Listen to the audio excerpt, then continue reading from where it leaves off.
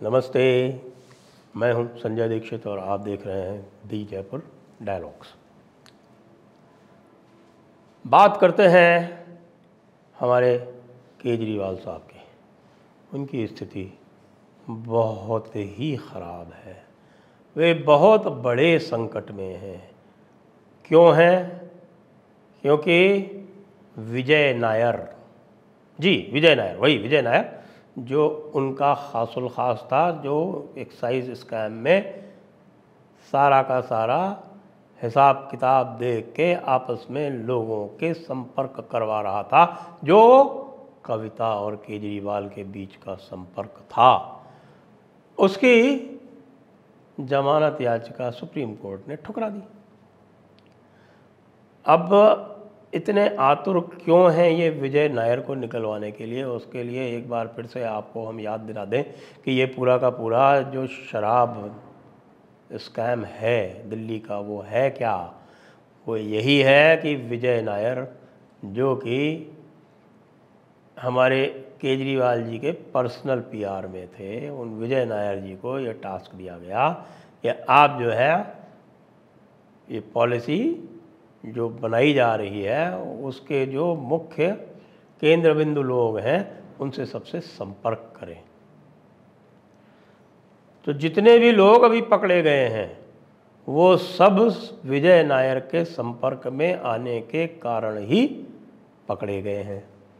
चाहे वो पिल्लई साहब हों और चाहे वो अरोड़ा साहब हों, जितने भी लोग हैं वो सब इनके चक्कर में फंसे हैं। सब ने इनका नाम ले दिया है। अब समस्या यह है कि सिसोदिया जी ने भी संभवतः नाम विजय नायर का ले दिया है। समस्या यह है कि सिसोदिया जी ने भी नाम संभवतः केजरीवाल का ले दिया है। अब केजरीवाल से क्या पूछताछ हुई, तो एक चीज़ तो आपको अवश्य बता दूं कि केजरीवाल ने चूँकि बाहर आकर ये कहा कि उनके साथ में बड़ा सभ्य व्यवहार किया गया, तो आप जानते हैं इसका अर्थ क्या है? इसका अर्थ ये है कि उनके सामने कुछ ऐसे तथ्य रखे गए, उनसे कुछ ऐसे बयानों के बारे में मिलान किया गया जिसका उनके पास कोई उत्तर नहीं है। तो वो ये देख रहे हैं कि शायद यदि वो अपनी ऊर्जा कम व्यतीत करें ईडी और सीबीआई के विरोध में, अभी तो सीबीआई ने बुलाया ना, ईडी को तो अभी बुलाना बाकी है, और विजय नायर सीबीआई की भी गिरफ्त में, ईडी की भी गिरफ्त में। तो इन्होंने जब संपर्क सूत्र बनाकर और पूरा का पूरा विजय नायर ने और साउथ वाली लॉबी को पकड़कर और उनसे 100 करोड़ दिलवा भी दिए, उनके हिसाब से पॉलिसी बनवा भी दी, सब कुछ करा के, और लगातार संपर्क में रहते हुए मनीष सिसोदिया को, और मनीष सिसोदिया को जो कुछ भी विजय नायर कह रहे थे वो वस्तुतः हिज मास्टर्स वॉइस ही था। अब तो देखिए संजय सिंह का भी नंबर आ गया है, और संजय सिंह जो है वो ईडी को नोटिस भेज रहे हैं डेफेमेशन का। अब इनको ये नहीं पता कि जो 499 आईपीसी है हमारे इंडियन पीनल कोड का 499 सेक्शन, उसमें 10 एक्सेप्शंस लिखे हैं कि कौन कौन से केस ऐसे होते हैं जिसमें डिफेमेशन नहीं बनता। उसमें एक क्लॉज यह भी दिया हुआ है कि यदि कोई अथॉरिटी आपको अपने अधिकार के अनुसार आपको नोटिस देती है उससे डिफेमेशन नहीं बनता। यदि वो कोई स्टेटमेंट इत्यादि भी देते हैं, कोर्ट से संबंधित कोई प्रेस कॉन्फ्रेंस भी करते हैं, कुछ तथ्य सामने रखते हैं, तो भी डिफेमेशन उनके विरुद्ध नहीं बनेगा। लेकिन अब संजय सिंह को कौन समझाए? अब तो संजय सिंह तो आखिरकार तो रहे वो सुल्तानपुरी, उनका जो अनुभव है वो बहुत सारी ऐसी चीज़ों में है जो उन्होंने सुल्तानपुर के सिनेमा हॉल में सीखा है, तो उनसे तो अब और क्या कहा जा सकता है। लेकिन समस्या अब गंभीर हो गई है। विजय नायर जैसे ही यह बताएगा, यदि उसने पहले ही नहीं बता दिया है, जैसे ही यह बताएगा कि ये जो 100 करोड़ रुपए साउथ लॉबी से, जिसकी के हेड बीआरएस पार्टी के मुखिया की बिटिया जी थी, ऐसा कहा जाता है, मैं नहीं कह रहा हूँ भाई साहब, मैं केवल उद्धृत कर रहा हूँ, इसलिए यदि किसी को आपत्ति हो उस पर, तो जो उद्धरण कर रहे हैं उनसे वे बात करें। मैं अग्रिम क्षमा मांग लेता हूँ। तो जिस प्रकार से वो बात आ रही है वो बात इसी प्रकार की है।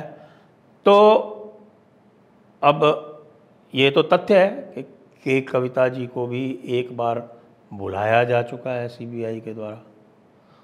अब ईडी के द्वारा बुलाया जाएगा, कब बुलाया जाएगा ये भी बातचीत चल रही है।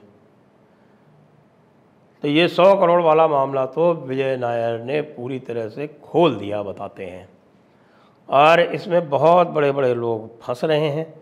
उनके फंसने के कारण केजरीवाल जी की स्थिति बहुत विकट हो रही है।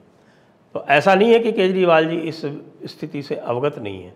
केजरीवाल की इस स्थिति से अवगत इस प्रकार है कि अब केजरीवाल जी जो है वो भी अपना सक्सेशन प्लान बना रहे हैं। अब उस सक्सेशन प्लान के कारण भी इस समय आम आदमी पार्टी में काफ़ी विक्षोभ है, क्योंकि अभी एक मीटिंग हुई आम आदमी पार्टी की, तो उस आम आदमी पार्टी में सुनीता केजरीवाल जी बताई जाती है कि वो भी उपस्थित थी। तो जब सुनीता केजरीवाल जी वहाँ उपस्थित हो गई तो बहुत सारे लोगों के जो ये सोच रहे थे, जिनकी लार टपक रही थी कि संभवतः अरविंद केजरीवाल मान लीजिए यदि जेल चले गए तो उनका नंबर आ सकता है, और जिस प्रकार से जयललिता जी ने ओ पन्नीरसेल्वम के माध्यम से अपना राज्य चलाया, और वो कितने स्वामी भक्त थे आपको ध्यान हो, बिल्कुल एक प्रकार से जैसे खड़ाऊँ रख के, जयललिता जी की खड़ाऊँ रख के और वो राज्य करते थे एज चीफ मिनिस्टर, बिल्कुल पूरी तरह से स्वामी भक्त। उनको एक अंश भी कभी उनके ऊपर कोई आरोप नहीं लगा कि उनकी स्वामी भक्ति में, उनकी लॉयल्टी में कोई किसी प्रकार की कमी रह गई हो। लेकिन ऐसा लगता है कि अरविंद केजरीवाल को इस प्रकार का कोई व्यक्ति दिखाई नहीं पड़ रहा है आम आदमी पार्टी में।